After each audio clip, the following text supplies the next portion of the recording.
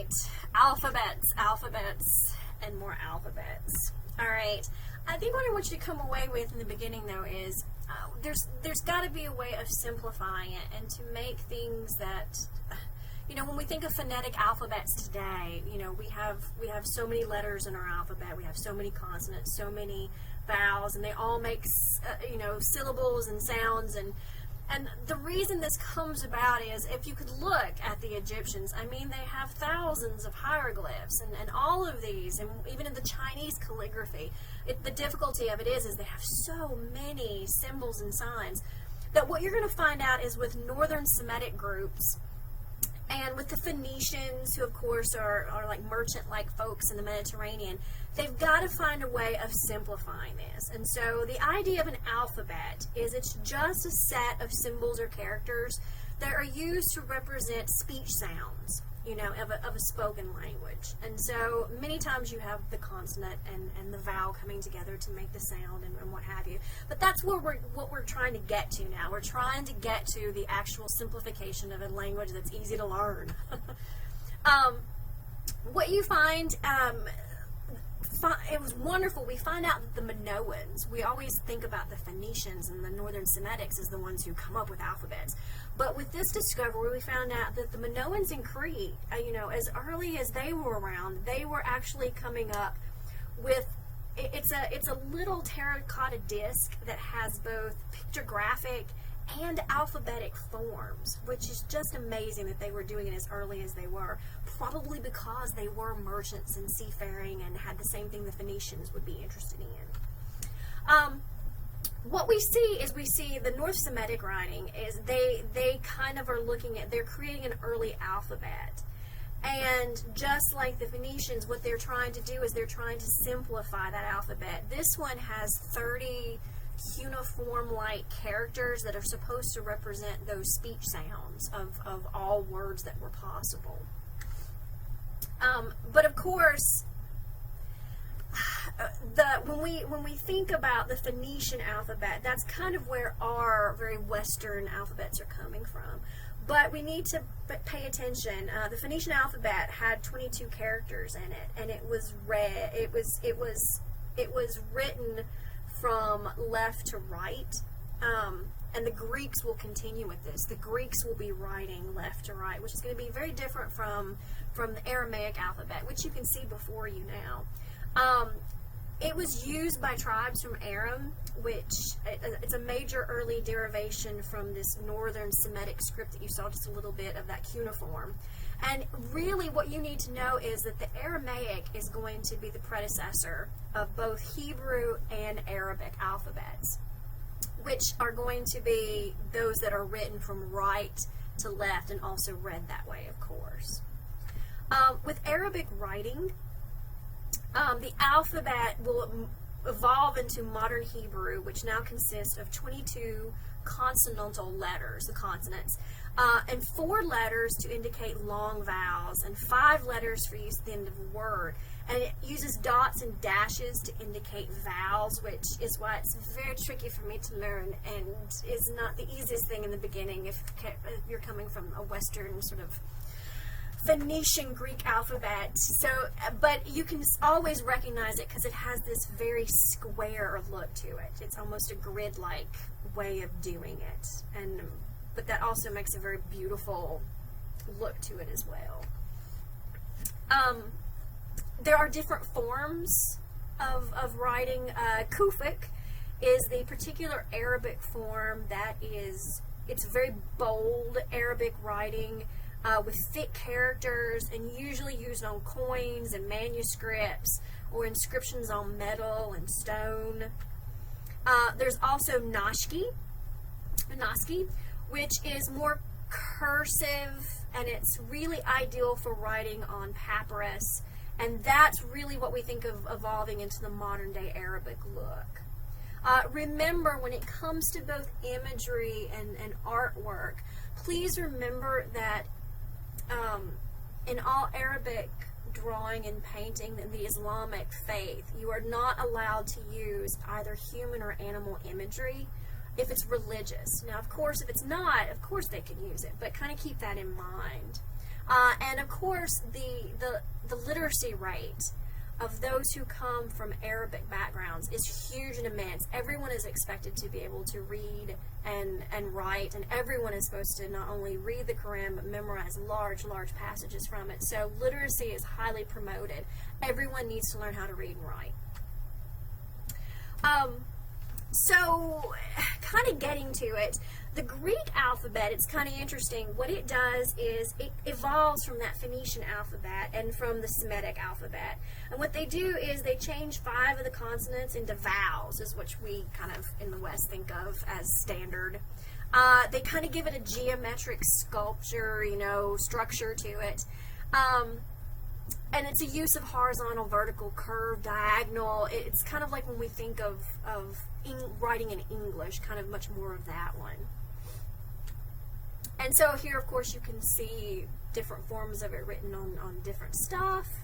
And here you can see uppercase letters. And what most people don't realize is that in all of these early alphabets and early writings, we don't have lowercase letters. Everything is sort of like a capital letter, and this is going to move and change as time progresses. Votive stelas were very popular. As I said, this is sort of what we think of grave markers today, and it's usually some sort of an upright slab in which it's either a monument or a commemorative tablet or something on a building or in a cemetery or what have you. And so writing, once again, the life of a scribe is important because it's your job to commemorate and memorialize certain times in everyone's existence in some form or fashion. So scribes, a good job. Woohoo! Uncials, it's very interesting. It starts to develop with the Greeks. And what it is, it's a more rounded writing style that we also see happening, as you saw with the Arabic later on. But it allows people to write quicker, it's smoother because of that uncial rounded. You can just go faster. It's almost thinking, it's hard to write super straight, bulky kind of lettering. All right, so the Latin alphabet is going to be introduced to the Greeks by the Etruscans.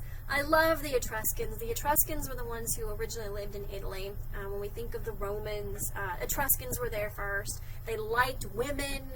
Women got to be part of the social life in which the Romans will screw that up. But the Etruscans introduce the Latin alphabet to the Romans, who are going to keep 21 letters. They do crazy stuff. The letter G is going to be designed by one of the famous, there's a lot of stuff going on. And I'm not so crazy, but I do think the Etruscans are wonderful because their existence is almost wiped away. And here they are bringing Latin to Romans, who are going to be the largest empire in the world eventually. All right, and so here, of course, you're seeing it carved into bronze, different things in order to commemorate different stuff. Oh, I love this one. How cute. We're not going to talk about it, though. All right, and so here you can see this is a work of art from the Etruscans in which you can actually see the alphabet that has been carved onto the artwork itself. There's a thing called Capitalis Monumentalis, and of course it sounds like what it is, and the idea of the Romans really used this to commemorate and write things to celebrate military leaders, victories. It's really thick with thin strokes, thick and thin, and it grabs your attention. And remember, from the Greeks to the Latin and everything, we are going to develop reading left to right. And it's really interesting, the Romans will adopt it because even Alexander the Great said that, just the focus on the oral alone.